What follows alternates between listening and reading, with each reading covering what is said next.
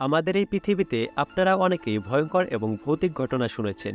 আজকের এই ভিডিওতে আমি আপনাদের সাথে এমন একটি রহস্যময় ঘটনা শেয়ার করব যা শুনলে আপনার গায়ের লোম শিউরে উঠবে।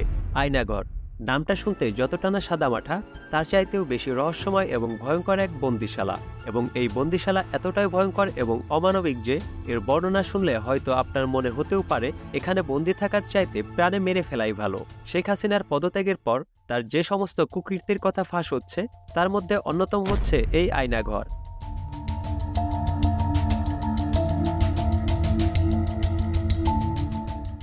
মিডিয়ার রিপোর্ট থেকে জানা যায়, ডিজিআইএফ এর কাউন্টার টেরোরিজম ইন্টেলিজেন্স ব্যুরো কিছু অসৎ অফিসার পরিচালনা করত এই আয়নাঘর। এই আয়নাঘরে কিরকম অমানবিক কার্যকলাপ হতো এবং কতটা বিভৎস ছিল সে বিষয়ে জানার আগে আপনাকে এটা জানতে হবে আয়নাঘর আসলে কেন বানানো হয়েছিল। আয়নাঘর বানানোর মেইন কারণ ছিল শেখ হাসিনার মতের বিরুদ্ধে যারা কথা বলবে তাদেরকে গুম করা। এখানে বিরোধী দলীয় রাজনৈতিক দলের সদস্যরা ছিল, অনেক ব্যবসায়ীরা ছিল, শিক্ষকরা ছিল, সেনাবাহিনী কর্মকর্তা ছিল, ইনফ্যাক্ট অনেক সাধারণ মানুষও ছিল। তাদেরকে এখানে হুট করে গুম করে নিয়ে এসে বন্দি করা হতো। জোর করে দুইটা পিস্তল ঠেকিয়ে আমাকে নিয়ে গেছে। এবং শেখ হাসিনার সঙ্গে যারা কাজ করতে চাইতো না অথবা তার বিরুদ্ধে যারা লেখালেখি করত তাদেরকে মেইনলি টার্গেট করে এখানে নিয়ে আসা হতো। শুধু তাই নয়, এমনও হতো কোনো ব্যক্তির হয়তো কোনো রাজনৈতিক কানেকশন নেই, কিন্তু তাকে আটক করে রেখে তার ফ্যামিলির কাছ থেকে বড় ধরনের টাকা চাওয়া হতো।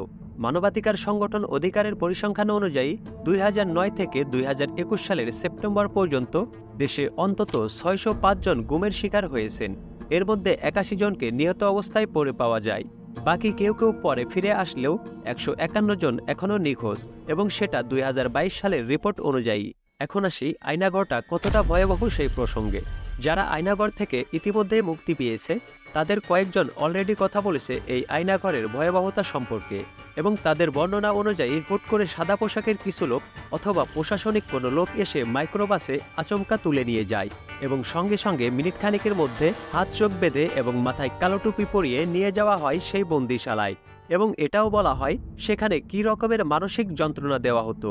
বন্দীদের কথা অনুযায়ী সেখানে সবাই থাকতো এক ধরনের আতঙ্কে যে এই বুঝি প্রাণ যাবে, এবং এমন একটা সিচুয়েশন ক্রিয়েট করা হতো।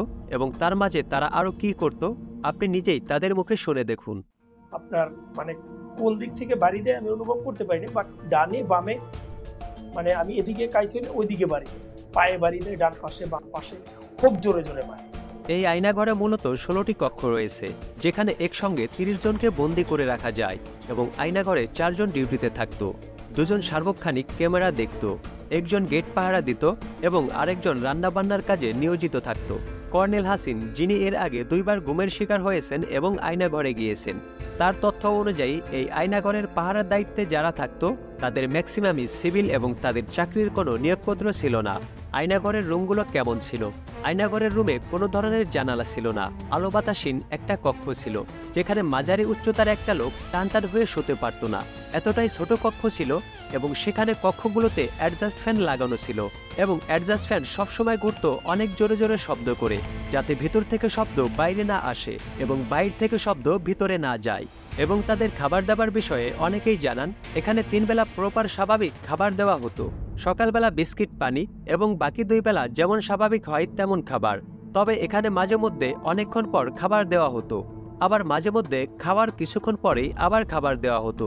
এবং সেই বন্দীদের ভাষ্য অনুযায়ী এইসব বন্দিশালায় যে কত মানুষ ছিল তার কোনো হিসেব নেই। খাবারের সময় যখন মাংস দেওয়া হতো, সেই মাংসের হাড় কিংবা কোনো ইটের খোয়া দিয়ে দেওয়ালে দেওয়ালে অনেকে অনেক কিছু লিখেছে। কেউ লিখেছে আমাকে ডিজিএফআই ধরে নিয়ে এসেছে, কেউ লিখেছে আমাকে বাঁচান, আবার কেউ লিখেছে আমার পরিবারকে খবর দিন।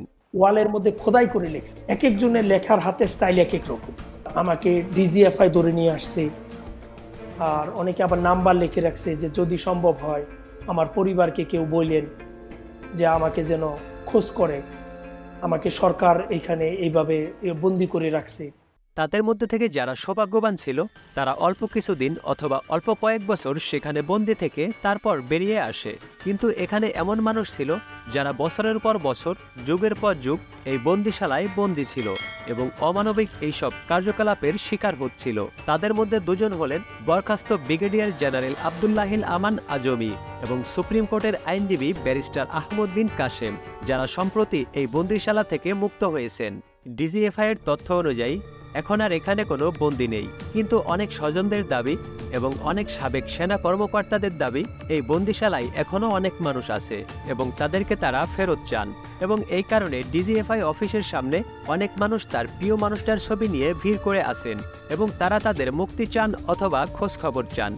এটাই ছিল এখন পর্যন্ত পাওয়া আয়নাঘরের বর্ণনা, যেটা যে কোনো ভৌতিক ঘটনাকে হার মানায়। শুধু আপনি একবার চিন্তা করুন, এমন একটা সিচুয়েশনে আপনাকে বছরের পর বছর, যুগের পর যুগ রাখা হবে, যেখানে প্রতিনিয়ত আপনাকে মৃত্যুর ভয়ে থাকতে হবে। এই ধরনের আরও তথ্য জানতে চ্যানেলটি সাবস্ক্রাইব করে রাখুন। আবারও আসছি নতুন কোনো ভিডিও নিয়ে। সেই পর্যন্ত সকলে ভালো থাকুন, সুস্থ থাকুন। ধন্যবাদ।